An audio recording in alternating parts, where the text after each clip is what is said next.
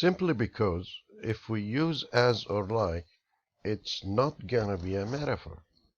It will be a simile. And we will talk about the difference between metaphor and simile in this video. So now, what is a metaphor again? A metaphor is comparing two unlike things without using as or like. And it's important, without using as or like. Sometimes the metaphor takes another shape or form, like an idiom. Here, for instance, look at this. Winds of change. The winds of change. It means as if the change has a wind. So, this is a skilled way of writing. And this makes the author really different than any other writer in the world. He can choose his words. Or let the cat out of the bag. Let the cat out of the bag. And we will talk about all these idioms later on. So, now we're gonna talk about metaphors and why those metaphors are important and significant in poetry. Sometimes they can express symbolism. The authors sometimes would like to emphasize on something they would like to write, but without mentioning it directly. So they use it as a symbol. They use symbol for telling their readers about their emotions, their feelings, etc. It's also a concise language. We don't need lots of words in poetry to express our feelings and emotions. So we need a concise language, a brief language, a skillful language to use. Actually, also, metaphor makes the language livelier and more beautiful. You use your imagination. Just look around and use the dictionary that you have in your language and make that beautiful combination between words and start to link them together and use the qualities of something and give it to another thing. This is great. This is skilled way of writing. Also, writers like to use metaphors when they write their poems. This is important for them. This is to show how beautiful their poem is, how skillful they are in using their diction, and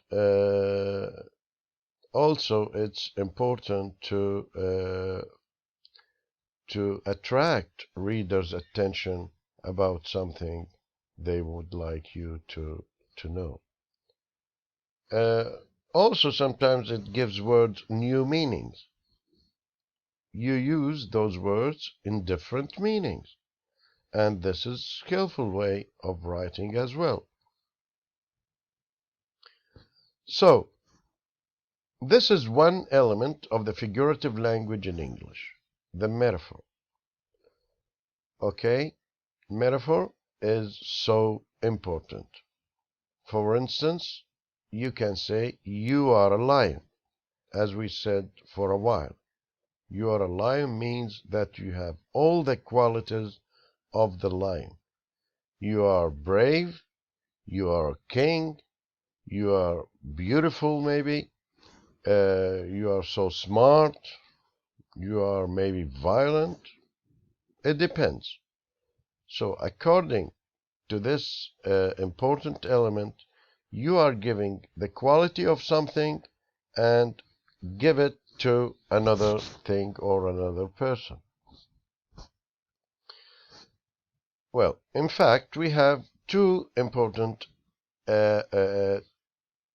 types of metaphor. We have direct metaphor and we have implied metaphor. Direct metaphor is like this one. Direct metaphor is comparing two unlike objects or ideas. For instance, like, my life is a rose. This means that you are comparing your life with a rose. Sure, it's a beautiful life.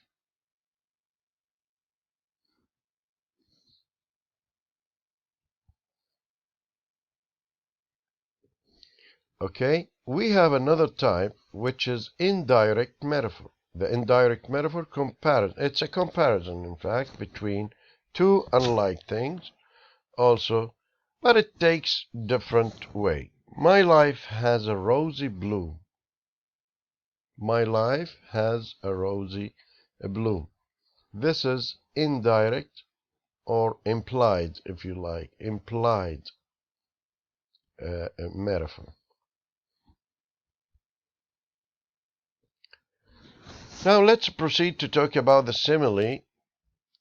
Simile is also one of the significant elements in literature, which is comparing two unlike things but using like or as.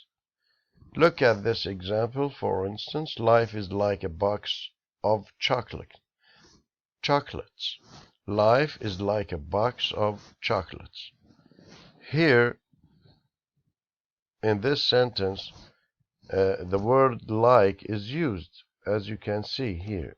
Like is used in this sentence, which means that life is a chocolate, but it's like a chocolate. It's a box of chocolate. Okay? This is the meaning of simile. Or you are like the moon.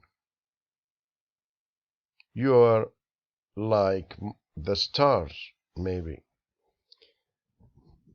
You can use simile in different expressions and different ways. So, simile again is a comparison between two unlike things using like or as. We can use also another element, for instance, which is personification. Personification is commonly used by writers and playwrights in their stories or their drama works. For instance, the moon smiled. Look at the word smile here. Look at the word smile. Human beings are the only creatures who can smile. So this is one of the human qualities which is given to the moon. So giving human qualities to an inanimate object, this is personification. This is called personification. Again, the moon smiled down on me. Can you give me more examples like this? Please think of them. I'm gonna give you more if you like. The sky was crying. The sky was crying yesterday.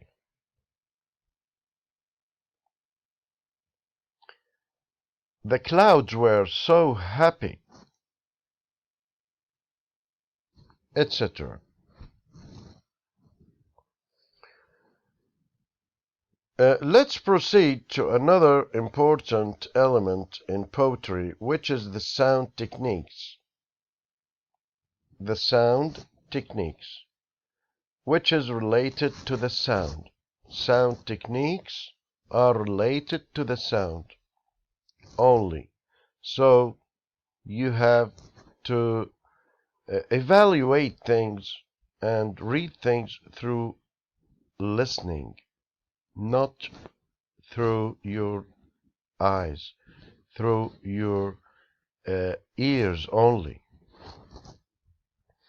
So, sound techniques like the rhyme scheme, alliteration, and onomatopoeia. And we're gonna talk about them in details. For instance, the rhyme scheme. Rhyme scheme, look at this simple stanza, let's say. Heavy is my heart, dark are thine eyes, thou and I must part ere the sun rise.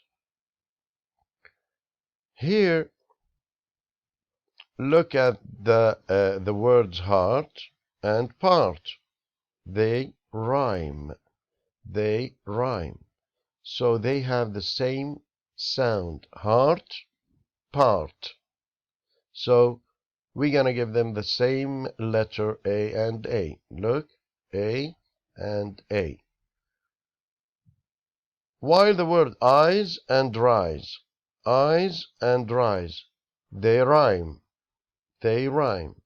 They rhyme. So we're gonna give them the letter B because they rhyme. So since the first line and the third line words are rhyming, we give them the same letter. The second and the fourth rhyme, so we give them another letter B. So that's why we call it rhyme scheme, the rhyme scheme. Here, another example for the rhyme scheme, the pattern which end rhyme occurs. Examples, continuous as the stars as shine, shine, and twinkle on the Milky Way. They stretched in never-ending line, shine, line, A, and twinkle on the Milky Way, along the margin of a bay, way and bay, B and B, 10,000 saw I at a glance, tossing their heads in a sprightly dance. Look at those two lines, glance and dance. So we're gonna give them the third letter C. So we have A, B, C, C, and we call this the rhyme scheme. Let's move to another element. This element also is commonly used by the playwright or authors or writers, as you like it. Alliteration actually is the repetition of the initial consonant sound. For instance, this is to attract readers' attention and to make the poem more beautiful, sounds more beautiful. She sells seashells at the seashore, and the shells she sells are seashells, I'm sure. So, she sells seashells at the seashore, and the shells she sells are seashells, I'm sure. This is a type of alliteration, repetition of the initial consonant sound. She sells seashells on the seashore. Look at the repetition of S and H here. She, see, etc. Okay? Alliteration. Consonant sounds repeated at the beginning of the word. Look at this example. If Peter Piper picked a peck of pickled pepper, how many pickled pepper did Peter Piper pick? This is the repetition of the consonant in the beginning of the words. If Peter Piper picked a peck of pickled pepper, how many pickled pepper did Peter Piper pick?